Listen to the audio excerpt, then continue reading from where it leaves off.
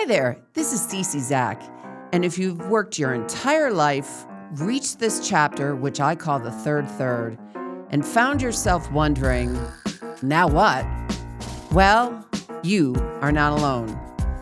Because retirement isn't just about what you're leaving, it's about figuring out who you are now and what you want next.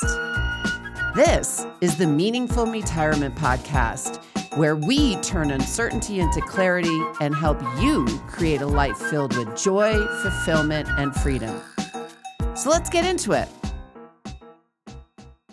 I am thrilled to have Simon Davidoff on this episode of Meaningful MEtirement.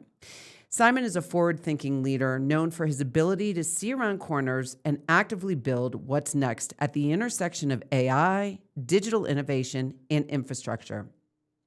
From leading global digital and AI initiatives to now advising and building next-generation ventures, Simon embodies what it means to not just imagine the future, but intentionally step into it, making him an ideal guest for this podcast, as he brings both the vision and the lived experience of continuously reinventing what's possible.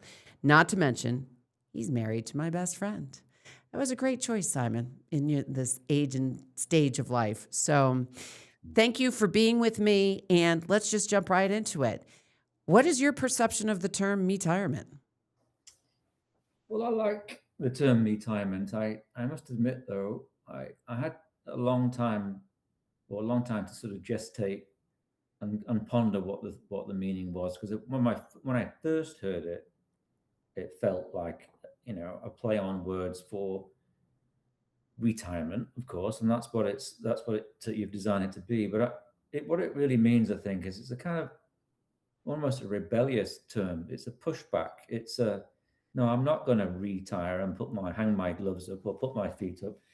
I'm going to concentrate on a different phase of my life. So I do like the word "me" that replaces the "re."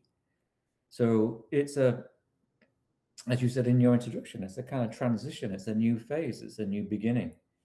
It's nothing that, to me, depicts of anything that's slowing down. It's even possibly the opposite. I love that.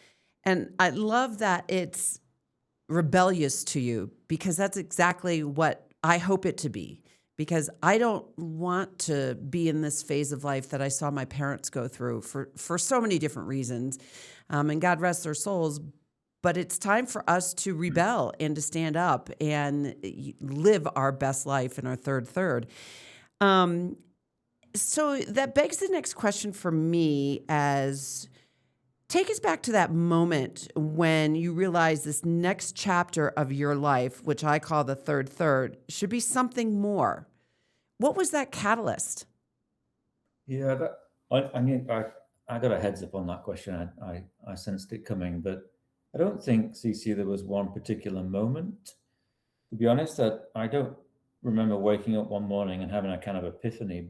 It sort of crept up on me as the as the birthdays ticked over, and I knew that I was getting messages and postal things from AAA and AA, all these kind of pointing to have you thought about hanging up your gloves and the dreaded retirement word. So it sort of was a gradual realization that wasn't for me, and something more along the lines, as we said before, a reinvention, a different phase, a different tack, but building on all of the experiences I've had in different jobs, different roles, different countries, and so on.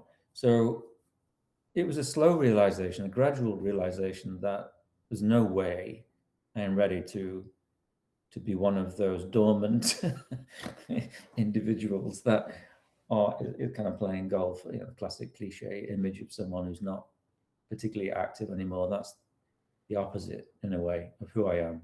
So not really the best sort of epiphany type answer, CC, but more of a sort of gradual realization. And then I suppose there was also something unintended that happened, that my corporate position, my last one, got dissolved, so to speak. So that solidified. I mean, that's not really my intention, but it solidified what I'd been thinking and gave me that open door to walk through. You know, I love that you mentioned what happened with your former employer, and to me that's kind of a life quake because I'm assuming, and correct me if I'm wrong, that happened not in a planned way where you knew exactly the date that you were going to exit the company. Um, but the fact is that you transitioned so quickly, and one of the things that I've loved observing about you too is that it's been a shift in your identity. Can you talk a little bit about what maybe this what you say was a gradual transition? I would argue, beg to differ, that most people out there get stuck in what I call the messy middle. But you validated it, you moved on, and now all of a sudden, to me, there's a Simon Davidoff that's being uncovered through a new type of identity. Can you help us understand where you're going towards now? Yeah, I'll I'll try. It was kind of a little bit like an uncovering. I kind of like that phrase. A little mental image of taking the shackles off a little bit also kind of comes to my mind. The That, corporate shackles. well, yeah, Yeah. yeah, and it's now given me the impetus to follow my dream, which possibly, I suppose, looking back, I wasn't really in the corporate world, and now I've got the freedom. That's another word that we should use to think more openly. Now, and also the technology advancement, as you mentioned, with AI and so on. There just seems to be like a kind of three or four things happening all at once that said to me, move on. I kind of like that phrase as well. Reinvent, rethink, grab the opportunity, don't stand still, and pursue these dreams. And I'm actually doing three things now, not one. Wow. So one of them is a wine business, which it's a story and it's a podcast of its own, Okay, I'll have you back on, I promise. because I kind of fell into that with Amy, my wife, as you mentioned, your best friend, my best friend too. Um, we fell into that by accident, but I took that under my wing as a sort of entrepreneurial venture. Actually, while I was still working in my corporate role, because it was just gestating, and I was starting to make preparations. So I'm pursuing that now. I have the freedom to pursue that more vigorously. And the second one, a little bit of an in-betweeny venture between what I was doing in my last corporate role with the digital and AI in the transportation sector, working with a startup that I knew from then, and now I'm working to represent and advocate for what they're doing as a consultant and if you like, a kind of fractional business development executive, you could call it. And there's a third one I'm looking at too now, a very different sort of topic, but all have a theme of doing something different, freedom, pursuing a dream, several dreams.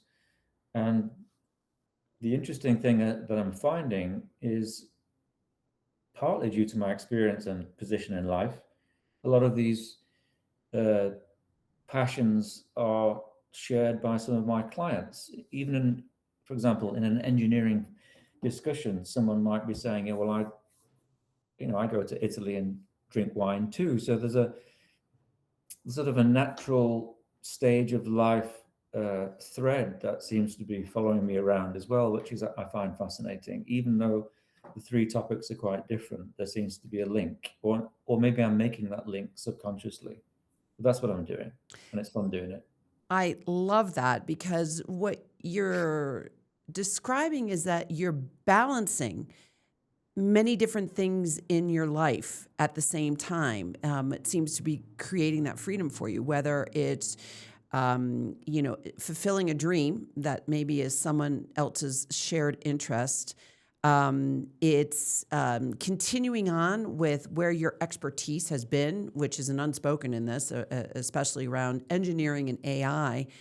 But I also know that you are very fulfilled personally when it comes to that confidence and freedom of what you like to do to provide energy for yourself. So I'm kind of going a little bit, off here, but for listeners, Simon is an avid, voluminous bike rider, and he ensures that that is part of his weekly, and in some cases, wherever he is, daily fulfillment. And maybe you could share a little bit about how you do balance this to create that freedom that you've been talking about.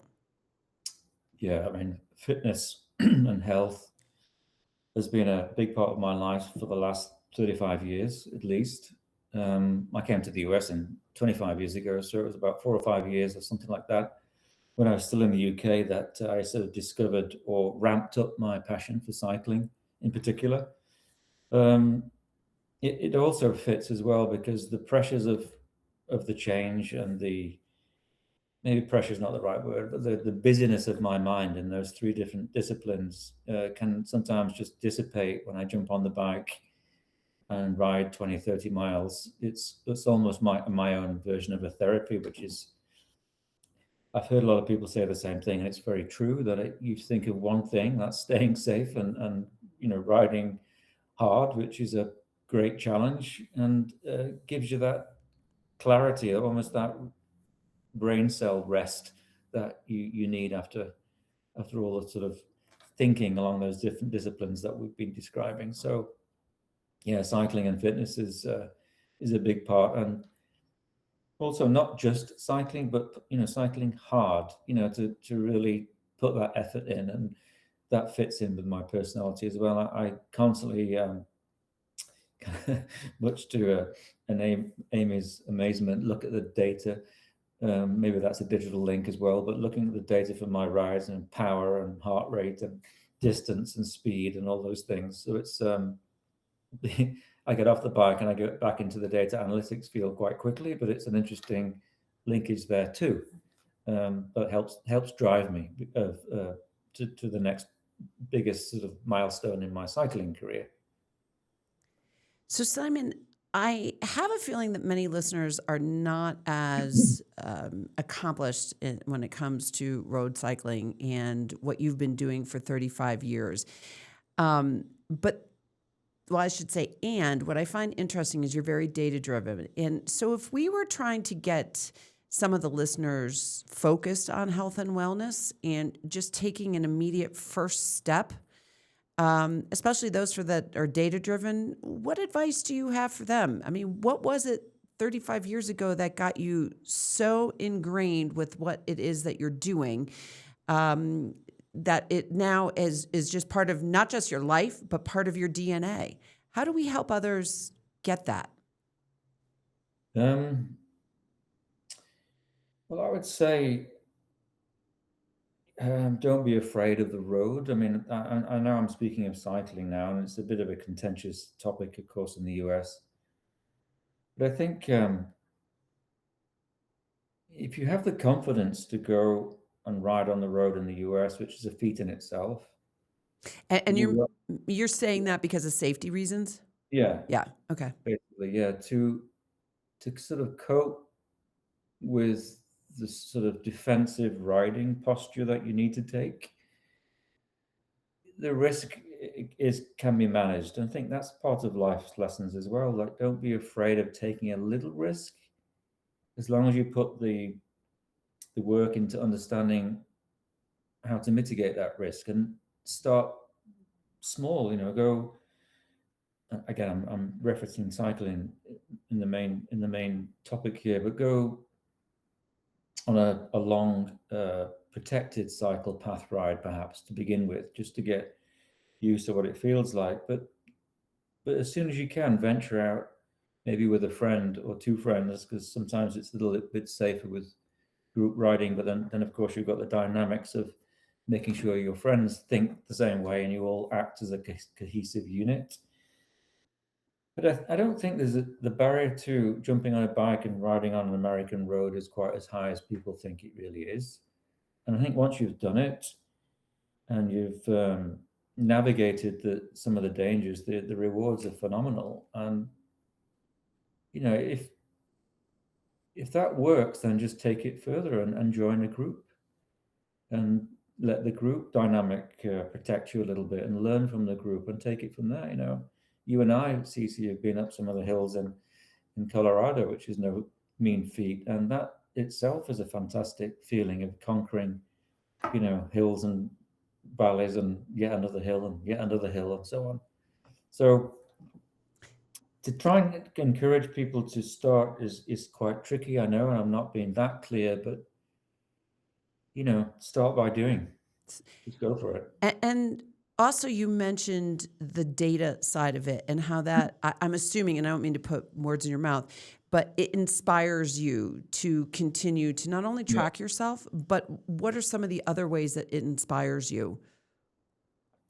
In cycling in particular? Yeah, yes, just because you can use those types of devices in any workout that we do. And, you just to recap, for any sport, it's, trying things with friends is really important because it gives you that community. But in the lack of being able to try one new thing physically, these devices really do help inspire people. So I was just wondering, just besides tracking the data, what are some of the, emotions and feelings you get when you look at the data that can help inspire others?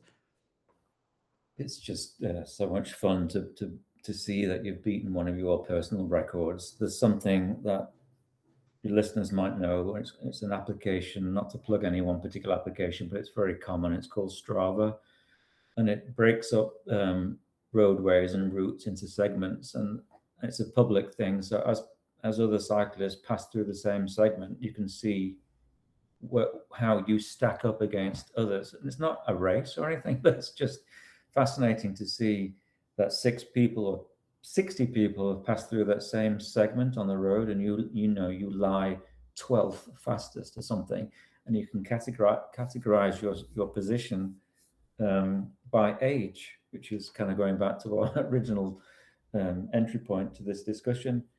And so to have a little bit of nurtured, healthy, competitive edge helps too. I don't think that's something to be afraid of, and not. It sometimes has a bit of a bad rap that it's overhyped. To be competitive is not necessarily a good thing, and you can get disappointed, I guess, if you see your ranking or what have you slip down and decrease. But I think that is a motivator, and to encourage a sort of light-hearted competitiveness, and you can take it higher if you want, is also a healthy thing.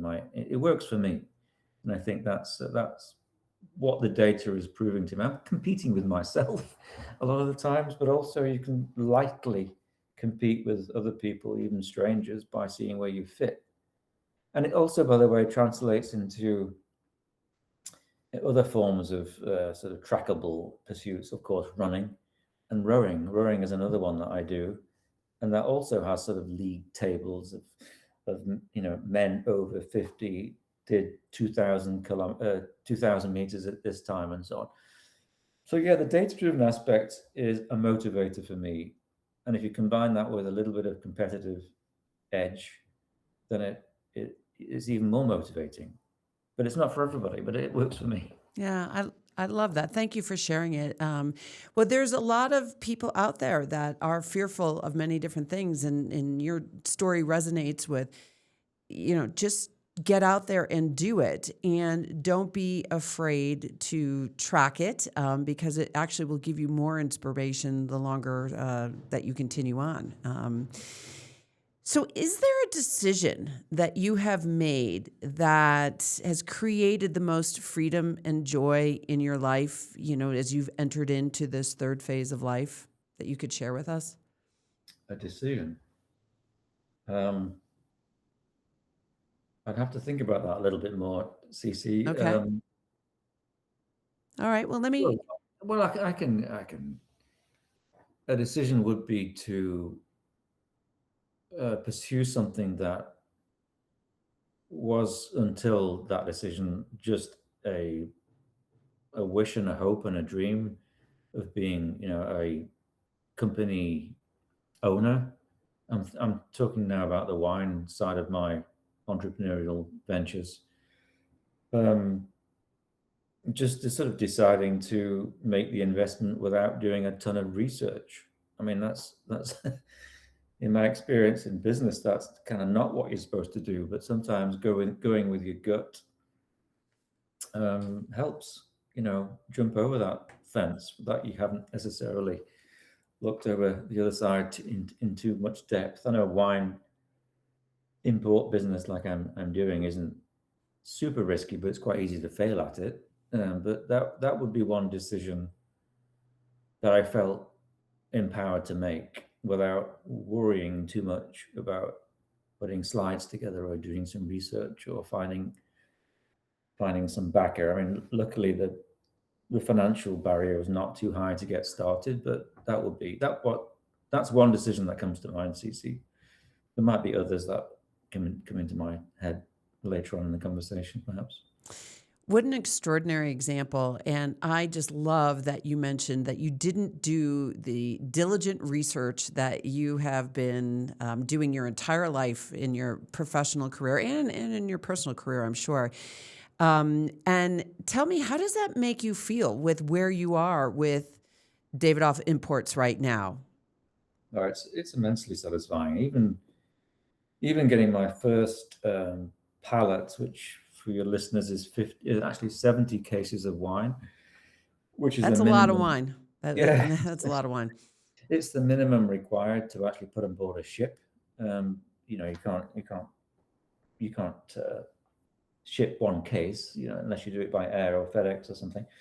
So to get my first pallet of wine sailing across the ocean and arriving in the US and being received by the next phase along the value chain, which is a distribution partner, was immensely satisfying. And also, I haven't mentioned this, but the family at the winery in my case in Italy, you know, have said things like, you know, we're proud of you, and you're making us you're opening the market in the US, which we have not been able to do before, and that's really nice. So there's a sort of, I don't know, there's more personality in the business than it is that you don't feel that when you're working for a corporation necessarily. I know you can do in some instances, but to have that personal feedback so directly, even though with a tiny little first milestone of that like that, and the reception it got was very gratifying. Oh, what another phenomenal example. And, you know, not only are you satisfying a dream that you had, you're also satisfying that community involvement through a global family that is just so much fun. Not to mention that all of the bureaucratic red tape that one needs to go through to import alcohol into the United States. And so it's so much fun to see what you have accomplished. And for those listeners that can't see Simon on the video, the smile that he had when he was describing that decision and the outcome of that decision totally exemplifies dreaming a dream and putting it into action. I can't tell you enough, all of you out there, no matter what age, no matter what stage, if you have a dream, even if it was something that you had when you were 5-year-old, and Simon, I don't think you had that dream at 5-year-old unless you were consuming wine at that age, but I know you weren't. Even if you have a dream, even at 5 years old that you haven't done, it is time in this phase of your third to really figure out how to try it and see if it works. Because if not, then we tried it and we went on. So with that, Simon, do you have a truth about yourself or maybe an epiphany about yourself that you learned through this transition into this phase that you're in right now? Um, I guess it's along the lines of my last answer. Really, is that I'm not as concerned or nervous about failure Ah, when you are inside of a corporation. You kind of train to think, be careful of failure. I know that there are many business books and seminars and leaders, and I was one, and I actually encouraged my team to experiment and push the envelope But envelopes inside of a big corporation can be quite small. You might say pushing the envelope and tolerate, even encourage failure, but that's good. And there are many examples in corporations and business books that describe those things, but there's nothing like your own your own created failure from an experiment that you created yourself, and having the confidence to tolerate that risk and even tolerate the total failure and then making a different turn as a result is really really key. And one word I haven't used yet is learning. I'm an avid learner. I love to just define new things, and so long as I'm continuously learning about the rights and wrongs of alcohol permitting and pitching certain things in AI to certain clients and getting the sort of emphasis wrong, but then getting it right, all those kind of learning experiences are hugely important, especially in this phase of life, because I've learned so much already. So you can kind of combine the pushing the envelope conversation to the new lessons you're now learning. And then maybe there's another angle that I haven't mentioned. I found a lot of joy more in the engineering and AI side. Just as I was exiting from my corporate life, I found myself enjoying more talking to sort of the next generation, so to speak, especially as AI. It's a very topical. It's another podcast kind of topic, CC, that you could I'm delve noting that. into. Yep, Yeah, I'm noting that. but the the younger generation, the straight out of college guys that are now seeing where do I start with now the threat and the real um, advancements of AI that is sort of automating certain tasks right across the board, really. But describing the evolution of computer technology and from where I sort of grew up and where we are today was another area of satisfaction. So maybe one of my a fourth avenue that I haven't yet explored yet could be something along the educational, giving back, or just teaching others, or explaining how I can help others based on my experience and knowledge and life lessons is something that I'm interested in doing. Well, it's interesting. Through this short time that we've been together, you have tapped into every zone of influence that I uncovered in research that brings us joy, fulfillment, and freedom in our third third. You did it from a personal perspective by identifying dreams that you had and executing against them. You did it from a physical perspective, since, for the last 35 years is really ensuring that your vessel, that your body is well maintained and taken care of through your own health and wellness. The psychological aspect of being a lifelong learner. And for me, that's very growth minded. And, it's that curiosity is what, keeps me going. And I become I'm insaturated with my curiosity. And you're the exact same way that has gotten you to this point. The other is around your purpose and the way that you just calibrated that fourth avenue that you're like, oh, I want to serve others. And how do I go about doing that? It is really a purposeful opportunity for you and for others out there. And doing that with two things that I thought were extraordinary, if people could just take this away, is that it's okay to make a decision with your gut, because if your intuition is flowing, it is amazing when you invest in yourself and you make that decision and you just go for it, because there's nothing to lose, just like you said, which also leads to the next is like, don't judge yourself. Don't be afraid of failure. And so it's amazing how much I just got out of this very short discussion. And, Simon, if there was anything else that you'd want to share with the listeners to help them make the next step tomorrow based on the way that you have transitioned so beautifully into the third of life? What recommendations do you have? Um, I think what the phrase that immediately jumps to mind, and it's always I've found quite a good thing to give that first answer because it's kind of natural, was to have an open mind. Yeah. You know, don't close things off too quickly. It's not. It's easier said than done. I know that, but it's so important to have an open mind, especially in these times when there's so much disinformation that's trying to close off avenues of thought, or worse, push you into a different direction that based on unsound judgment or what have you. But to have an open mind and sort of seek the truth um, would be my quick answer to that very important question.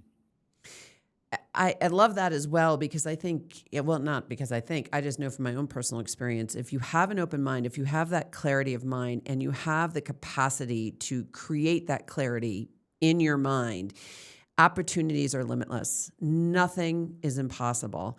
And so I love how, open mind. I'm going to keep using that myself. And Simon, I am so grateful for your time, your wisdom, and your intellectual curiosity, because I've just learned so much with you in so many different ways. So thank you for being a part of this podcast. Well, I've learned from you, CC, as well. It's my pleasure. Um, Until next time. And before we go, I just want to say this to all of you listeners out there. Transitions are hard, and letting go of who you were to figure out who you are now can be a big shift. And if you're feeling uncertain or a little lost, I'm just going to remind you again, you are not alone. But this is also where something new begins. As Simon mentioned, when you have an open mind, and as Cece mentioned, the possibilities are limitless. Because when you understand who you really are, something new begins in your life, like Simon just demonstrated his 4 avenues of joy, fulfillment, and freedom. And you don't have to do it alone. So if you have the opportunity and want to reach out to my website for a little more information, it's www.cczack.com. That's CECIZAK.com. And with that, Simon, I just wish you a glorious day, and I look forward to seeing you soon in person. Thanks Yeah. again. Thanks, CC.